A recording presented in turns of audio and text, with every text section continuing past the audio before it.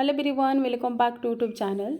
दोस्तों, आज है इस वीडियो में जानेंगे कि लड्डू गोपाल जी की छठी कैसे मनानी चाहिए। तो देखिए, सबसे पहले मॉर्निंग में जब लड्डू गोपाल जी सो करके उठते हैं तो लड्डू गोपाल जी की तेल से या फिर घी से उनकी मालिश करनी चाहिए। तेल में आप सरसों का तेल, नारियल का तेल यूज कर सकते हैं या फिर इत्र की भी मालिश दे सकते हैं उनकी। तो देखिए, मॉर्निंग में सबसे पहले मालिश करने के बाद लड्डू गोपाल जी की छठी के दिन दूध से स्नान कराना चाहिए। तो आपको जैसे कि आपके लड्डू गोपाल जी जितने बड़े हैं उसके अकॉर्डिंग आपको बर्तन लेना है, उसमें दूध भरना है और उसी दूध में लड्डू गोपाल जी की 3 बार डुबकी लगाते हैं। तो देखिए, इस तरह से 3 बार लड्डू गोपाल जी की मतलब लड्डू गोपाल जी को अच्छा तरह से पकड़ करके और इस तरह से देखिए 3 बार हम लड्डू गोपाल जी की छठी स्नान कराएंगे। तो ये स्नान आपको सुबह मॉर्निंग में करानी है। 3 बार स्नान कराने के बाद फिर उसके बाद लड्डू गोपाल जी को सादे जल से स्नान कराना चाहिए।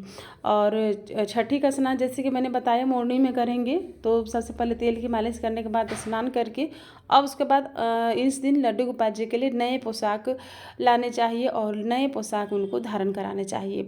लाल पीला आप वस्त्र ले सकते हैं और उनका श्रृंगार करना चाहिए। और लड्डू गोपाल जी जैसे कि छोटे बच्चे कृष्ण जी थे तो मोरपंख धारण करते थे, तो आज के दिन इनको मोरपंख जरूर धारण कराने चाहिए। उसके बाद उनकी बांसुरी और इनके जो भी 16 श्रृंगार होते हैं उनको पूरा 16 श्रृंगार करने चाहिए। छठी पर नए वस्त्र धारण कराने के बाद उनको श्रृंगार करने के बाद अब हम इन्हें आईना दिखाएंगे। आईना दिखाने के बाद देखिए, इस तरह के नज़र बट्टू हम लड्डू गोपाल जी की कमर में बांध देंगे और हाथों पैरों में भी बांध सकते हैं। उसके बाद लड्डू गोपाल जी को चंदन से या फिर कुमकुम का टीका लगा देंगे। टीका लगाने के बाद छठी के दिन लड्डू गोपाल जी को काजल लगाने चाहिए। तो देखिए, आप घर में काजल बना सकते हैं देसी घी का दिया लगा करके, चम्मच में थोड़ी सी घी लगा करके, और इस तरह से आप काजल देखिए घर में बड़ी आसान तरीके से बना सकते हैं। और काजल जब पक जाए, बन जाए, तो पहले काजल को थोड़ा सा ठंडा होने देंगे, उसे चेक करेंगे। काजल जब ठंडा हो जाए तो अपने उंगल में ले करके इस तरह से और लड्डू गोपाल जी के आँखों में हम काजल लगा देंगे। तो छठी के दिन हमें लड्डू गोपाल जी को काजल जरूर लगाने चाहिए और थोड़े से कान के पीछे और थोड़े से पाँव के नीचे आप लड्डू गोपाल जी को काजल छठी के दिन इस तरह से लगा सकते हैं।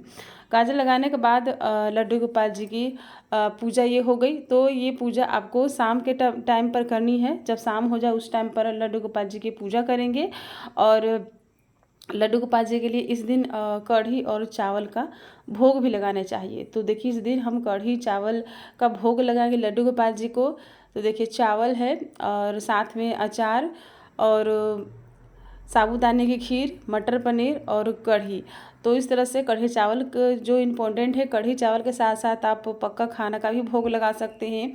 पूड़ी, हलवा, ये इस तरह के चीज़ों का भी भोग इस दिन लगा सकते हैं। 56 भोग भी लगा सकते हैं। और उसके बाद देखिए, भोग लगा करके हम लड्डू गोपाल जी की इस तरह से नज़र उतार लेंगे, उनकी आरती कर लेंगे। और आप चाहें तो इस दिन दक्षिणा भी दे सकते हैं। पूजा में किसी भी प्रकार की कोई कमी रह जाती हो तो दक्षिणा हमारी कमियों को पूरा कर देती है। और इस तरह से हाथ जोड़ करके प्रार्थना करेंगे और इस तरह से लड्डू गोपाल जी के छठी मनाएंगे, उन्हें कढ़ी चावल का भोग लगाएंगे।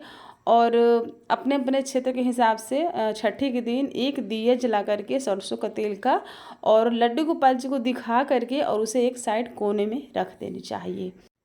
तो देखिए, इस तरह से बिल्कुल सरल और आसान तरीके से लड्डू गोपाल जी की छठी मनानी चाहिए। तो आई होप आपको पसंद आई होगी। तो प्लीज़ वीडियो को लाइक कीजिएगा और चैनल पर नए हैं तो चैनल को सब्सक्राइब कर लीजिएगा और वीडियो को ज़्यादा से ज़्यादा फ्रेंड एंड फैमिली से शेयर कीजिएगा। तो फिर मिलूँगी नए वीडियो के साथ। तब तक के लिए हरे कृष्णा, राधे राधे।